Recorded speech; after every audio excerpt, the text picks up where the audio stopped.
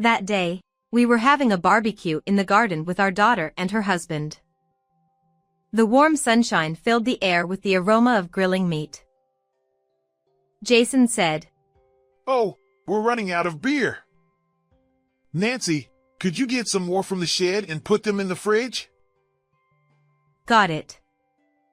4 or 5 bottles, okay?" I replied. My daughter, Emma, then asked her husband, "Hey, Harrison, can you help Mom? Just chill as many beers as you can." Harrison smiled and said, "Of course," and followed me to the shed at the back of the garden. The shed was relatively new, currently holding only a few cardboard boxes of beer. When I opened the door and tried to lift one of the boxes from the dimly lit back, Harrison, who was behind me, suddenly grabbed my shoulders and tried to force me to sit down. Instinctively, I turned my head to look at Harrison's face. Seeing his unusually desperate expression, I instantly felt a surge of fear, thinking he might attack me. "What? Hey, what's going on?" I started to shout in surprise, but Harrison looked a bit panicked and whispered, "I'm sorry. Please, just bear with me for a moment." "What?" I asked, confused. "I need to confirm something." Harrison said, his usual gentle smile gone, replaced by an unusually serious gaze. And then, we witnessed an unbelievable sight together. My name is Nancy. It was an early spring day with wonderfully pleasant weather. My husband had passed away after a short illness, leaving for heaven. Since having lost him, my daughter Emma and I have been living a modest yet quiet life together. For several years, it was just the two of us, mother and daughter. Then, through a friend's introduction, I met a man named Jason. Jason was the same age as my late husband and even resembled him slightly in build. At first, Jason and I were just good friends, but over time, we started to develop feelings for each other. However, whenever I found myself walking next to Jason and laughing, I couldn't help but feel an overwhelming sense of guilt. Jason, with a gentle smile, said, "There's no need to rush. I'll wait for as long as it takes." As he walked ahead of me, a little distance away. Though I was drawn to his kindness, I continued to struggle with my inability to fully let go of my husband, who was no longer in this world. It's been 7 years since my husband passed away. After meeting his relatives for the first time in years, I took over the care of his grave and altar. His sister gently placed a hand on my shoulder and said in a very kind voice without meeting my eyes, "Thank you for everything." With a smile, I bowed my head to hide my overflowing tears, thinking I might never visit my husband's grave again. A few months later, I decided to remarry Jason. We moved to a new home, and I got rid of all my clothes and furniture to start afresh. I felt that keeping any mementos from my previous marriage would hurt Jason. Initially, Emma was a bit hesitant, but gradually she grew closer to Jason. Even before our remarriage, Jason and Emma often spent time together as friends, so she adapted fairly quickly. Emma had just turned 15. At this sensitive age, she started wearing a bit more makeup and going out with friends. Surprisingly, she quickly began to rely on Jason for spending money. Our previous life as just mother and daughter had never been financially comfortable, and I couldn't afford to buy Emma everything she wanted. Jason was indulgent with Emma, unlike me, since I had to be strict about money. He would give her money without asking many questions whenever she said she was going out with friends. When I later cautioned Jason about this, he looked troubled and said, "I'm sorry. but it feels like money is the only way I can connect with Emma right now. Besides money, Jason continued to treat Emma specially in other ways as well.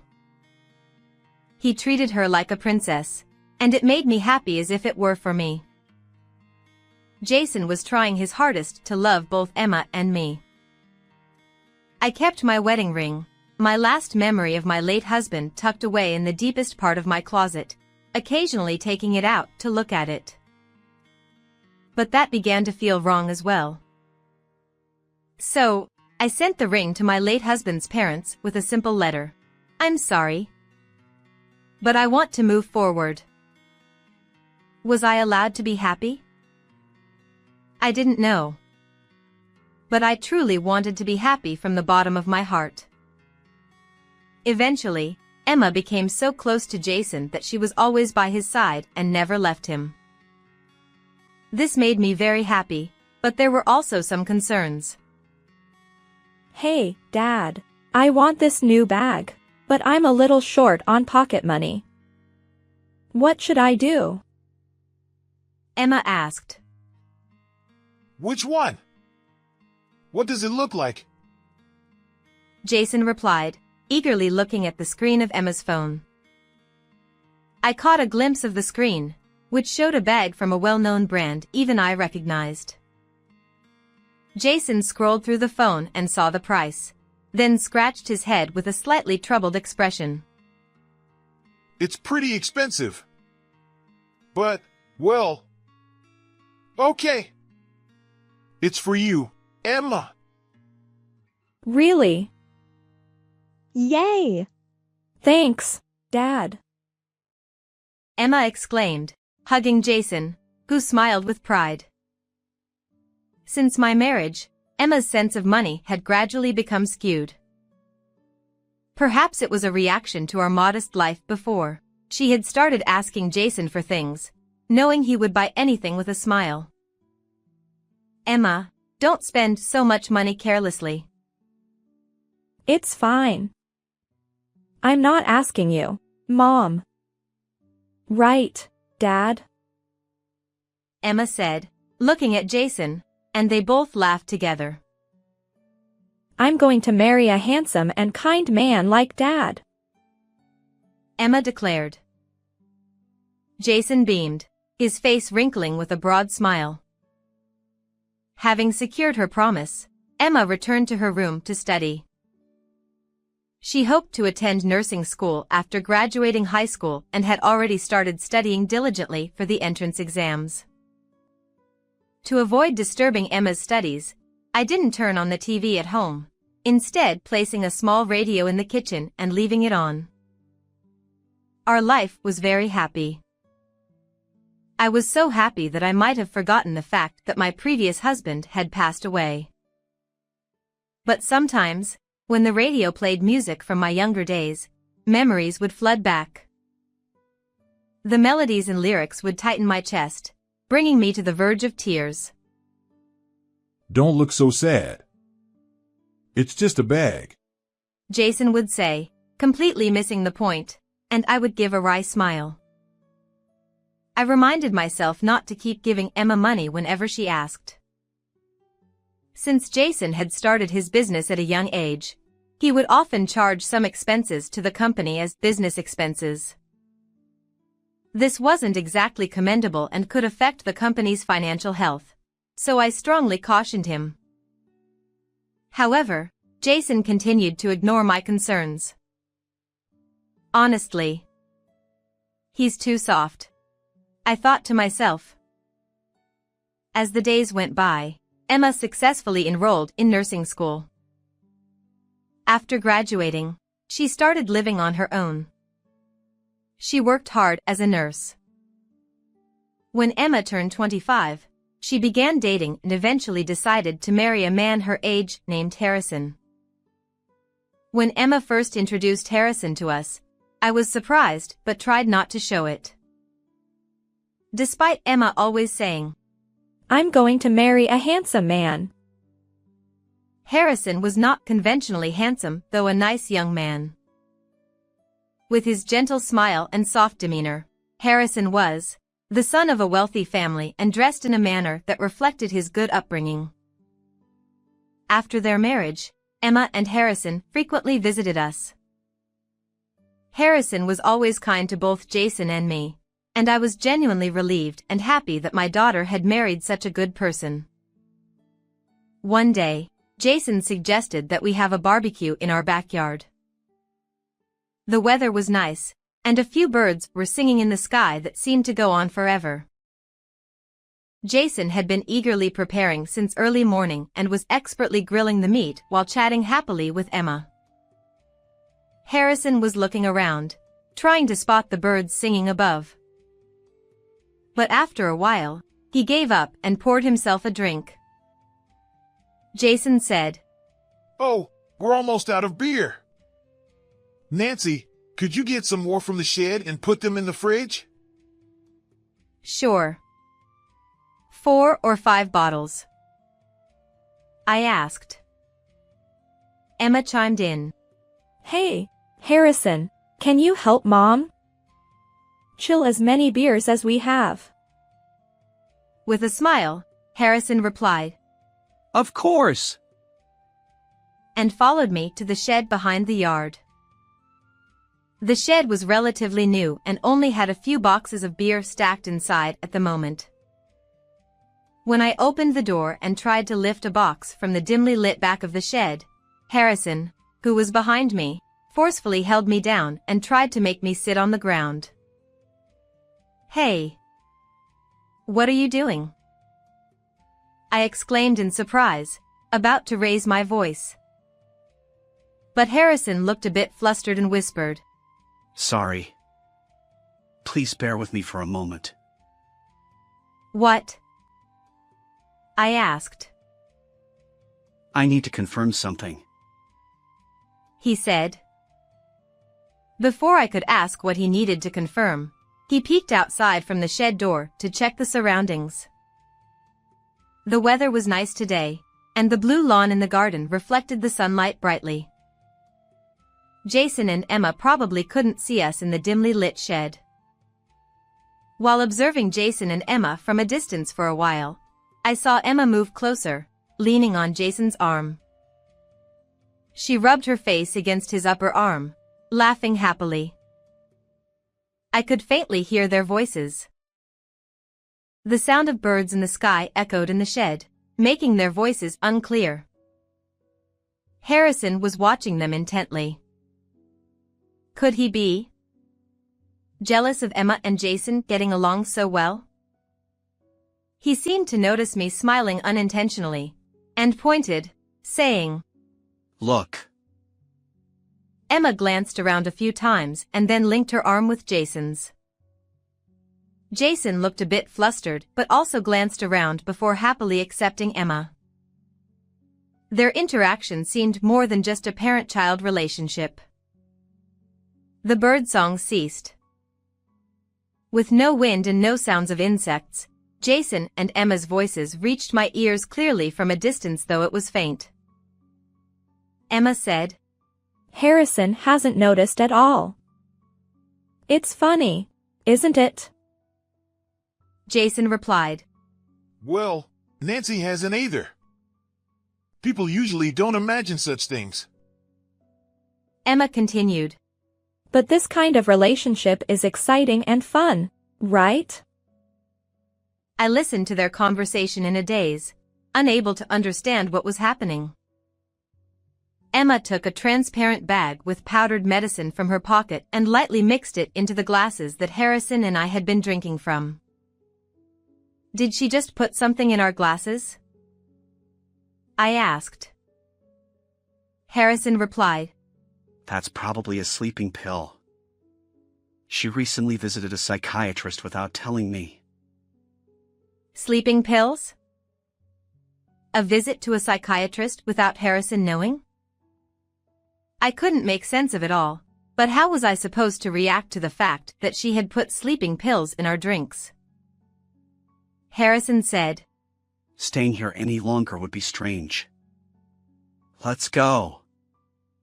But don't use those glasses. After that, Harrison and I pretended to know nothing and returned to Emma and Jason. Emma was acting a bit unnaturally, glancing at my glass several times. The thought that she might be trying to make me drink some strange drug was shocking. I felt betrayed by the daughter I had raised, and the realization made me dizzy. Sorry, but I think I've had a bit too much Sunday. I need to rest inside for a while, I said. Jason responded. Oh. Okay. I'll take care of the cleanup. You should rest. Lying on the bed in the room, I stared blankly at the ceiling. Why did she put a sleeping pill in our drinks? And the closeness between Jason and Emma seemed strange. My head throbbed as I wrestled with the possibility that something might be going on and the disbelief that such a thing could be true. After lying down for a while, I fell asleep. As evening approached, I woke up and went out to the garden, where the cleanup was already done. Emma and Harrison seemed to be about to leave. Harrison noticed me, and he looked like he wanted to say something, but then he slowly averted his gaze and kept silent. Jason asked, Are you feeling better now? After Harrison and Emma left, Jason showed concern for me as usual. His words, his voice, everything sounded like a lie, and I forced a strange smile. You still look a bit unwell. Do you want me to make dinner? Jason offered, rolling up his sleeves and rummaging through the refrigerator. As he did, I recalled seeing Emma putting the sleeping pill in my glass earlier. Pushing Jason aside, I said, I'll cook, and quickly prepared a simple meal. There was no way I could eat anything he made right now. For several days, I hesitated to touch any of the stocked food or drinks in the house, fearing they might be drugged. These thoughts led to suspicions of eavesdropping or hidden cameras, making it increasingly difficult to live in my own home. One day, I received a message from Harrison on my phone. It seems he had consulted his parents about the suspicion of the sleeping pills. Concerned for my safety, Harrison's parents offered to provide a temporary place for me to stay. I feel like I'm going crazy living with Jason right now. I really appreciate the offer, I replied. Harrison said, It's a relative's cottage, and it won't be used for a while, so you can stay as long as you need. Also, I'd like to have a discussion involving my parents.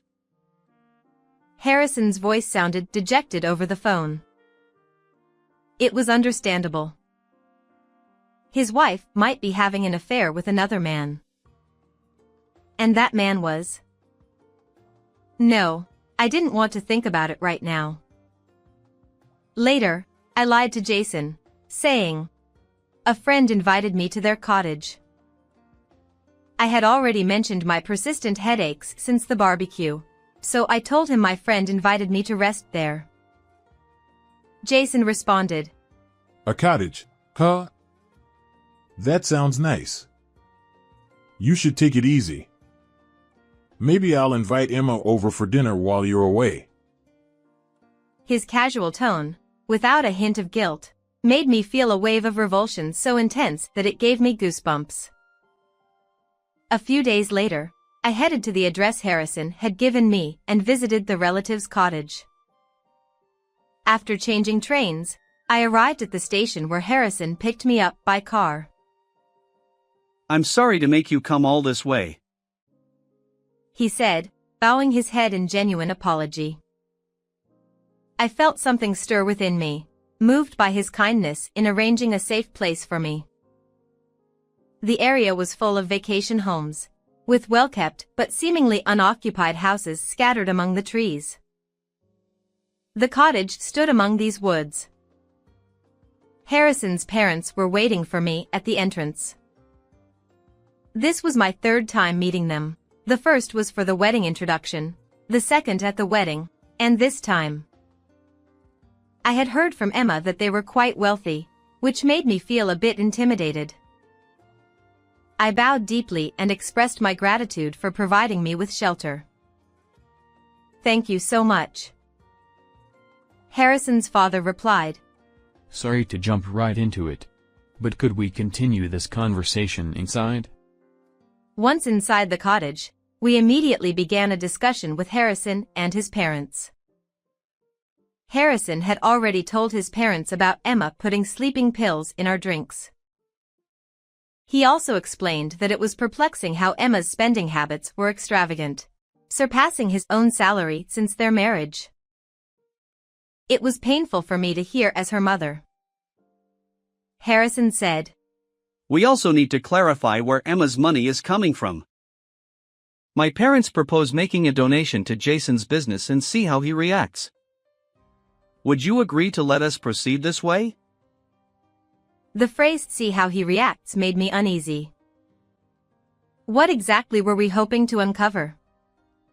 What kind of outcome awaited us after taking this step? Sensing my hesitation, Harrison looked me in the eyes and smiled when our gazes met. He continued, "This might be much ado about nothing, but wouldn't it be worth it to ensure we can live in peace again? Let's take a small risk." I couldn't help but smile at Harrison's words. Much ado about nothing? No, it definitely wasn't that. We were seeking to confirm what we already suspected, bringing our answers closer to certainty. After a few days at the cottage borrowed from Harrison, I regained my composure and felt uneasy about staying there indefinitely. So, I decided to return home. A few weeks later, Harrison's parents formally contacted Jason's company, offering financial support in the form of a donation. Given their wealth, the offer was quickly trusted, and Jason and Emma were delighted without verifying the details of the funding. I quietly observed their happiness. Back at home, spending time indoors had become somewhat unbearable, so I made walking a daily routine. Just in front of the house was a wheat field, where green stalks of equal height stretched out as far as the eye could see. Walking along the sparsely trafficked, asphalt-paved road, I looked up at the distant birds in flight. After the proposal for financial support, Jason and Emma began living lavishly. Jason, under the impression that he had already received the funds, purchased a luxury car under the guise of a company vehicle. Emma, on the other hand, indulged in extravagant expenses like spa treatments and manicures. It was evident that Jason's naive expectation of incoming funds was the basis for their continued spending, even as their savings dwindled. One day, we arranged a dinner party to discuss the funding. Both couples, Jason and me, Emma and Harrison, along with Harrison's parents, gathered at our home. Jason bowed repeatedly, ingratiating himself with Harrison's parents. Jason said, "I really can't thank Harrison enough. Emma always says she's so happy to have married such a wonderful person." Jason continued his flattery, but Harrison's parents didn't return his smiles. Instead, they quietly placed some documents on the table. Jason, thinking they were related to the donation, said excitedly, Thank you. before looking through them. His face quickly turned pale. Harrison's father said, Upon conducting a due diligence review of your company for the funding, we uncovered some shocking facts. Sweat broke out on Jason's face as he read the documents. The contents revealed two main issues: evidence of a relationship between Jason and Emma, and a tax investigation into the expenses reported as company costs. Seeing proof that my daughter had been involved with my husband made me want to cover my face in shame. The expenses for Emma's jewelry, spa treatments, and other indulgences had all been falsely reported as business expenses, resulting in back taxes. Harrison's father continued, We cannot provide funding to a company engaged in such fraudulent activities. Jason stammered. But this can't be. In his agitation, Jason spilled his tea. Emma was nearby and shakily stood up to wipe the mess with trembling hands. Emma, I'm divorcing you, and I'll be claiming damages. Huh? What? What do you mean by damages? You cheated on me. Isn't that obvious? And Nancy, too. Saying this, Harrison looked at me. Jason's gaze shifted from the documents to me, his eyes filled with fear. I'll also be divorcing Jason and claiming damages. Of course. What are you talking about? That's impossible. Jason's voice faltered as he trembled, dropping the documents to the floor. Emma, with a frightened expression, approached Jason and pointed at Harrison, her lips quivering. No. No, it's not true. It was Harrison who cheated. Harrison and Mom. Until the very end, Emma made incomprehensible excuses resembling screams and repeated attempts to shift blame. Despite Jason and Emma's desperate attempts at excuses, there was solid evidence against them, leaving no room for escape. Eventually, Jason lowered his shoulders in resignation and began to speak quietly. Jason admitted that he began a relationship with Emma, but he realized there was no love involved. Initially, he rejected Emma, who approached him for money purposes. However, he eventually weighed Emma's increasingly feminine appearance against my aging and diminishing charm and came to a decision. I'm a man too. We're not even blood related. I couldn't resist. Jason said. It was Emma who suggested putting sleeping pills in our drinks on the barbecue day. After drugging me and Harrison, she planned to undress us, put us in the same bed, and take photos to demand damages. How shallow of them. Beyond contempt, I looked at them with cold eyes. I'm really sorry. Please forgive me. I beg you. I'm so sorry too. I don't want to break up with Harrison. I just watched the two of them bow their heads without saying a word. Words escaped me. It's not like I should forgive. How could I forgive? Emma, growing impatient with my silence, finally raised her face and forcefully grabbed Jason's sleeve, pulling him. It's your fault. How could this happen? I have credit card payments due next week, and what are you going to do about it? What? What do you mean by buying things on your own? I've been using credit card loans to pay off my losses at slot, and I'm broke. What the hell are we going to do? This chaos was exactly what they meant by a scene. Emma continued her rough behavior of forcefully pulling Jason's hair and clothes, while Jason desperately tried to stop her shouting. Surely, this shouting must be reaching the ears of the neighbors. Even if it's a matter of obligation, if it's revealed that they had a parent-child relationship, one couldn't continue living here with normal nerves. It was probably the same for me.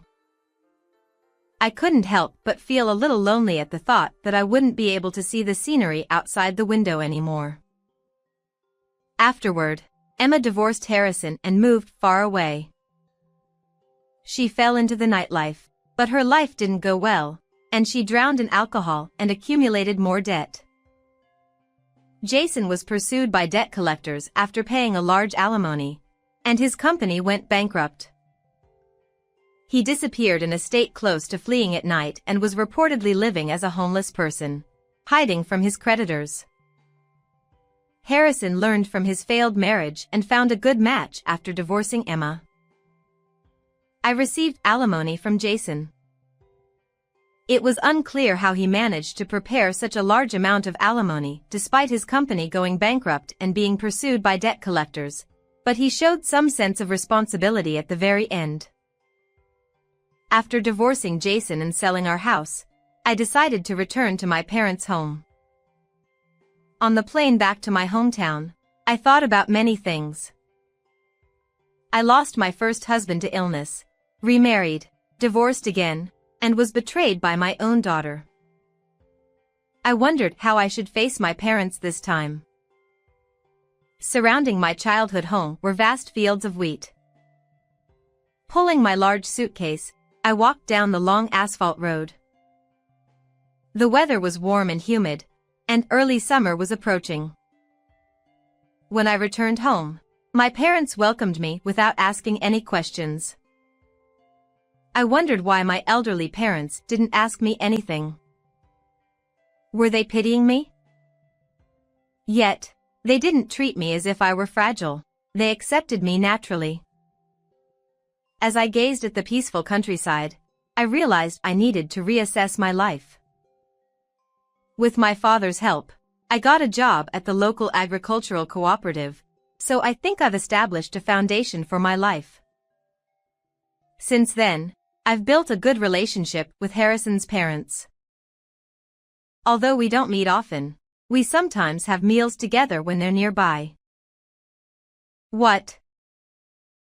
A few years after I returned to my parents' home, in the spring, something unexpected happened. On the desk lay the wedding ring given to me by my late husband. I was a bit shaken as I picked up the ring and looked at it in my palm. While I stood there in a daze, my mother, with her bent back, came from the kitchen and wiped the table. A long time ago, his parents came by. They said they wanted you to have this, Nancy. I stood there speechless. Outside the window, the wheat fields stretched out. Beyond the clear blue sky, a bird chirped persistently, as if to assert, I am here. Tears fell as I slung my bag over my shoulder and rode off on my bicycle. I continued through the empty wheat fields, sweat beading on my forehead. What should I do from now on? I don't know, but I will keep moving forward. I'll save my complaints for when I've lived my life to the fullest.